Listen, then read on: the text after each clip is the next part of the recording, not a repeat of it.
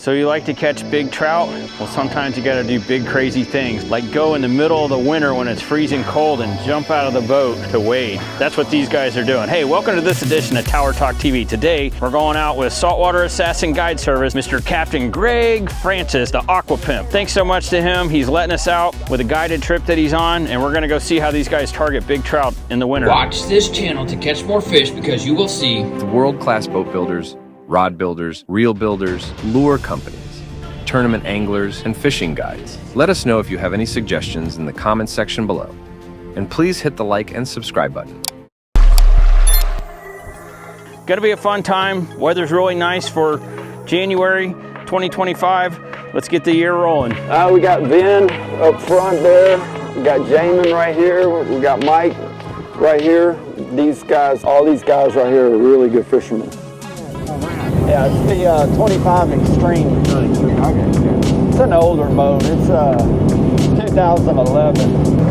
We're going to be fishing some real shallow shell, about 2 to 3 feet. We're going to mainly be targeting trout. Damn, you see that wake he just pushed? Big dolphin. It's possible we could probably catch a really big trout in here this morning. You know, I like the cloudy days. I don't like those bluebird sky days. I don't like clear water. I kind of got a little rule. If I can see my feet, I'm too clear. Our fish down here really like to hide in those color changes. Typically, like this spot we're fishing right now, it's going to be super clear. With these clear skies today, really you got about an hour and a half to get them, and then they'll start dropping off in a little deeper water. Working top waters around sandbars and deeper guts. That's kind of my favorite thing to do with top waters in the late spring, early summer. And you never know, this summer with that new Marker 54, see how it works. That might be a new one I'll start throwing down there this year. So we're fixing to find out.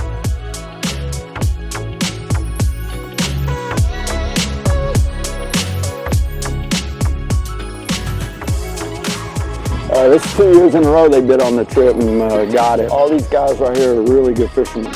That's why today is a good day to do some video, because all these guys know what they're doing. No backlash today, guys. And then we can't keep gap top today because we're doing video here.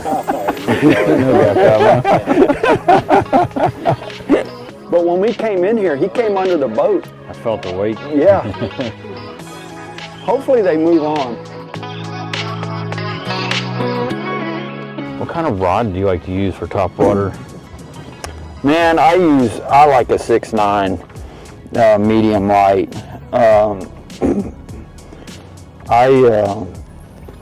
You know, there for a while I was real big on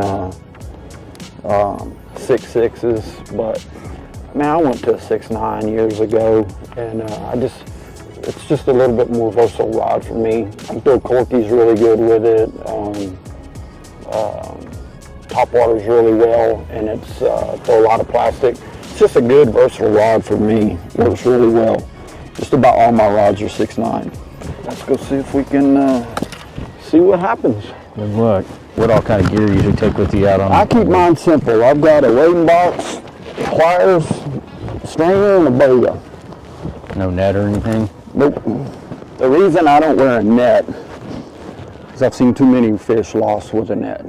Especially throwing a topwater or a corky, you get that fish up to you, and just say one of those hooks that net, that fish shakes, she's going to pull off, and she's going to leave you with nothing but a net full of hooks.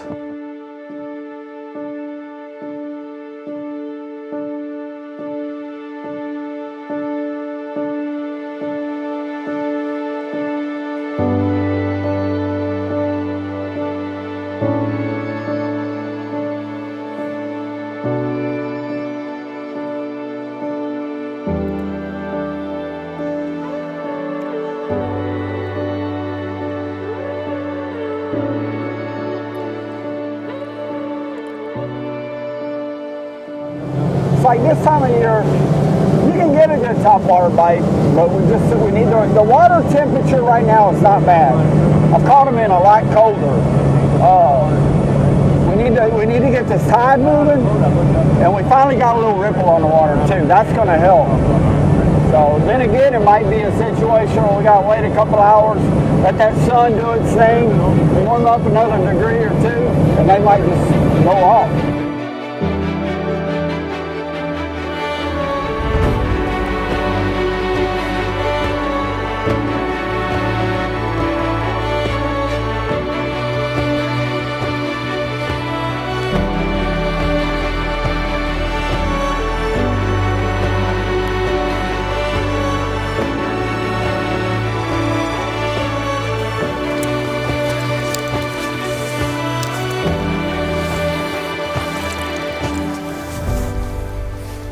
Small red, got a gaff top. Small red.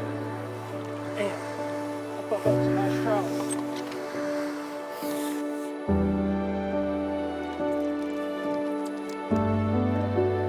He's just barely hooked.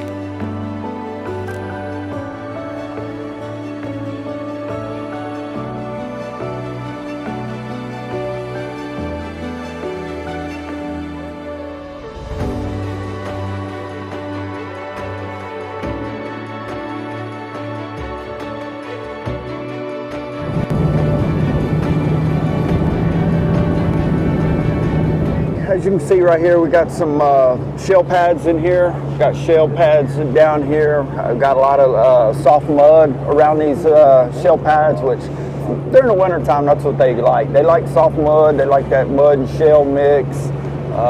They like areas that's got some deep water access. So the water temperature here, about 52 degrees. Just not seeing a lot of surface bait this morning. On that first wade, we didn't have a whole lot of tide. Tide's starting to move a little bit. We're starting to get a little ripple on the water, which throwing top waters, I just do not like a dead calm conditions where that water's just slick as glass. I like a little ripple on the water. I would rather have a 20-mile-an-hour wind than 0-mile-an-hour wind. This is all a soft mud spot. It's a little deeper water in here, about 5 foot out here in the middle. Soft mud, so these fish will stack up in here in the winter time, kind of throwing towards that reef, working this area right here. So you got to stay on the shell. If you go in between the reefs, it gets soft, real soft. You can throw some corkies, throwing soft plastic, just kind of working it off the bottom.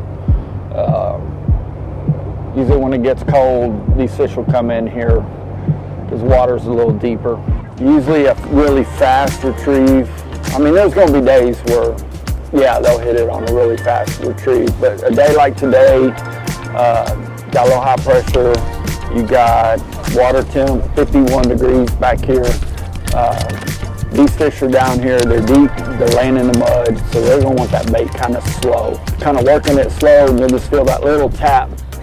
Some of my guys lately, they've been missing a lot of fish because they feel that little tap and they think they're hitting the bottom where it's actually, a fish. And by the time they set the hook, that fish is gone. Finn's bait is probably my favorite. Finn's Wind Tamer.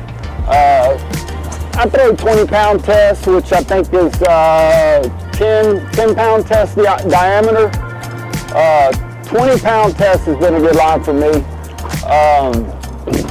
Sometimes if I'm fishing for a redfish tournament and I'm fishing a lot of structure, I'll kind of bump it up to a 30 or 40-pound test. But day-to-day trout fishing, 20-pound test is what I like.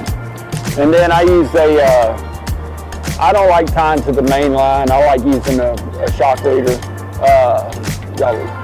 Sometimes when I'm wading, I'll leave the boat with 4 foot of leader and come back with about 6 inches of leader. On a day like that, that's when the fish aren't biting because I'm changing.